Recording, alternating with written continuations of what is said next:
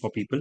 So yes, what we're talking about over here in this today's date is about self-learning and why learning is so very important in our lives. We are all here in this 4% club only to learn and to gain from each other of what are the possibilities of this particular learning thing. We'll just be discussing over here. Now, if you look at the learning part, learning starts right from your school life, right from the day one that you go to school and you start, listening to the teachers and listening to the various perspective of the books that you are go through. In earlier times, have you ever imagine the times of Gurukul, where the students had to go to a particular village, they had to go to a forest, and there used to live a guru who used to give all the information that was there in his mind. That in Guru had collected the information for a very long time, and now he was delivering everything to the student in front of in him or her. But now, if you look at how education has changed, how learning has transformed, learning and information is available at your fingertips right now. And for all of you, we have been telling you multiple number of times, for career growth, for business growth, for life growth. Even if you want to go ahead and become a better individual human being, you have to keep on learning, and learning should never stop, right? And for most of the people, what actually happens is that learning, they feel that it stops at the college level. People just forget about their books.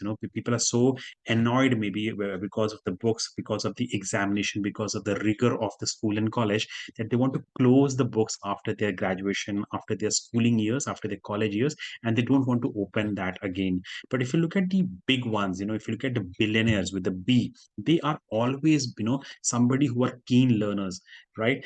The essence of the entire thing is the world is changing, the world is evolving, and it's evolving at a very very fast rate.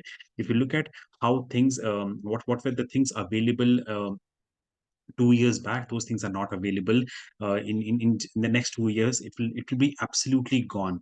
The way things are evolving, we have to understand, and we have to also keep pace with that particular change that is happening around the world, right?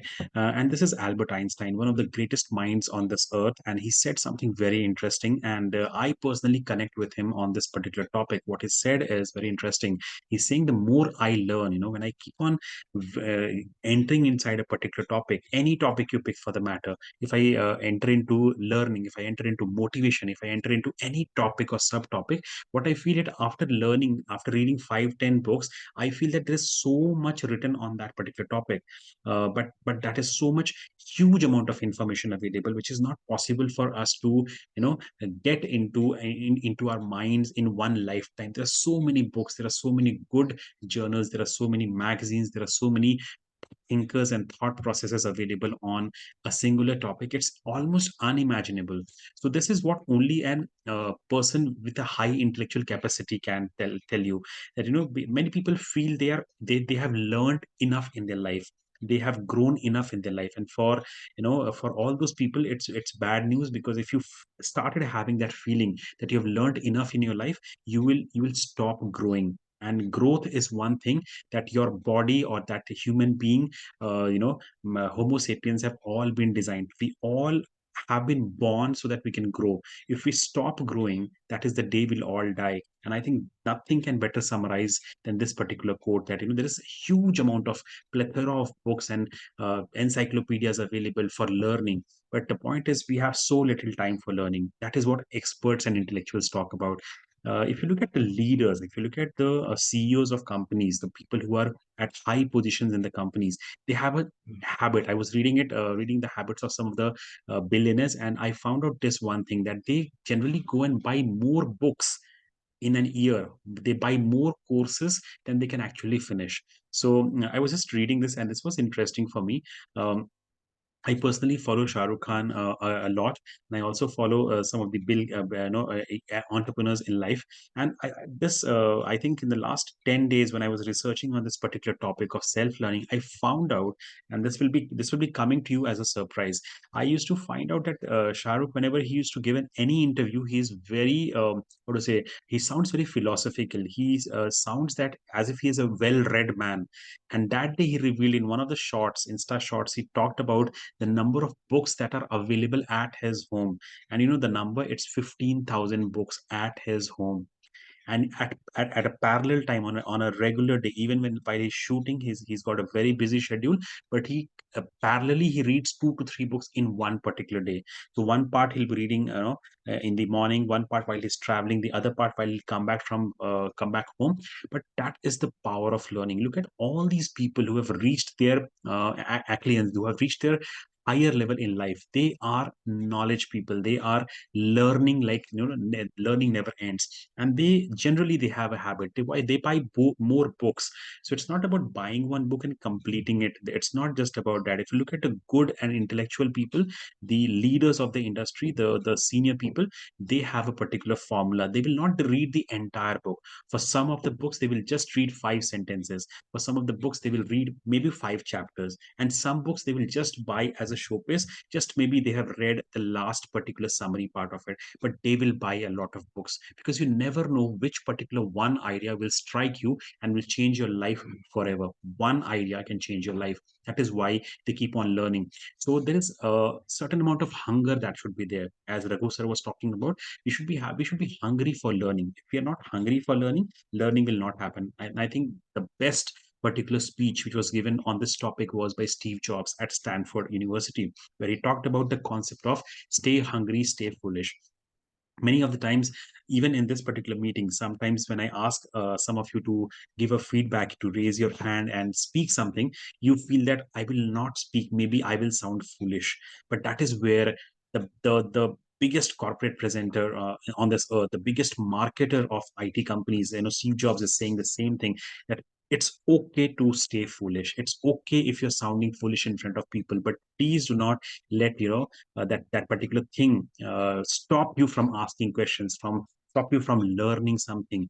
If you feel that you have learned everything in life, if you feel that I have a very good IQ, I'm a university topper, then learning will stop. So he's telling them, be hungry for learning and also be foolish. It's okay to be, pretending, or maybe accepting that I'm foolish in front of 10 people. Even if a child can teach me something, that is the learning mentality. That is the learner's mentality that you should all be having. In fact, we should all be having, right? Now, this is one thing which has been repeated many times by me in the presentations, that Bill Gates, he reads the one of the richest man on this earth. For the last 15 years, he has been on the Fortune top 10 list. And this man reads 50 books per year. That is equal to 300 pages per week. Just imagine 300 pages, in spite of his busy schedule, in spite of his corporate profile that he's handling, so many companies he's handling, so many divisions he's handling, but still he manages to read 300. There is something inside of these books. There's something inside of this learning. He would have stopped after his graduation.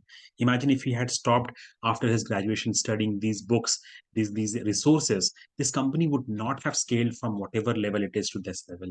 And Buffet reads 500 pages per day, and that is the secret sauce. Success sounds difficult, and this is the difficult part, maybe for us. And he reads multiple kind of books.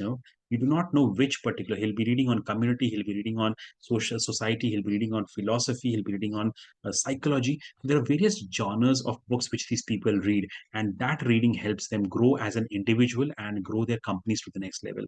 Now, there's a very interesting saying. This is, I think, by Confucius, and he said that if you're the smartest person in the room, right, you are in the wrong room.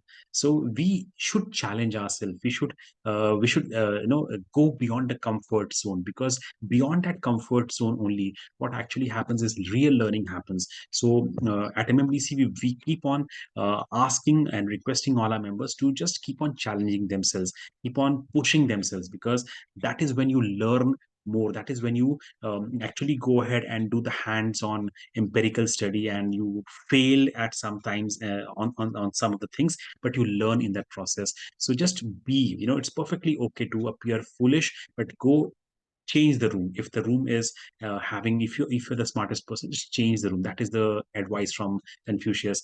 Now, success is not about money. Trust me, it's not about money. Money will follow you, fame will follow you, the big houses that you're dreaming of, the cars and the the bungalows that you're imagining, everything will come into your life. But what needs to change in this process is that you have to change yourself as a person. You have to become the better version of yourself.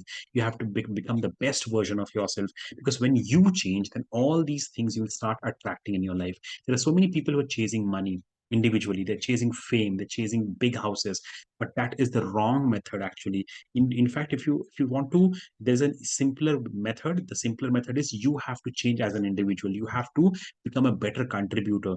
You have to become somebody who is giving service kind of for free to the people, kind of for having a concern for the people and just helping them out in their problems. When you do that, when you change yourself in the process of learning, that the best way you can improve yourself is by learning. When you learn, when you grow, when you become the next version, then everything follows in your life. All these materialistic things that most of the people are fighting for, they come into their life after you start doing this particular process. Very important. There is a concept of neuroplasticity. It has been found out that for the initial 10, 20 years of your life, your brain keeps on growing. There are new nerve cells which keep on getting making combinations, and because of that, new learning keeps on happening. But after a certain point of time, that neuroplasticity keeps on declining.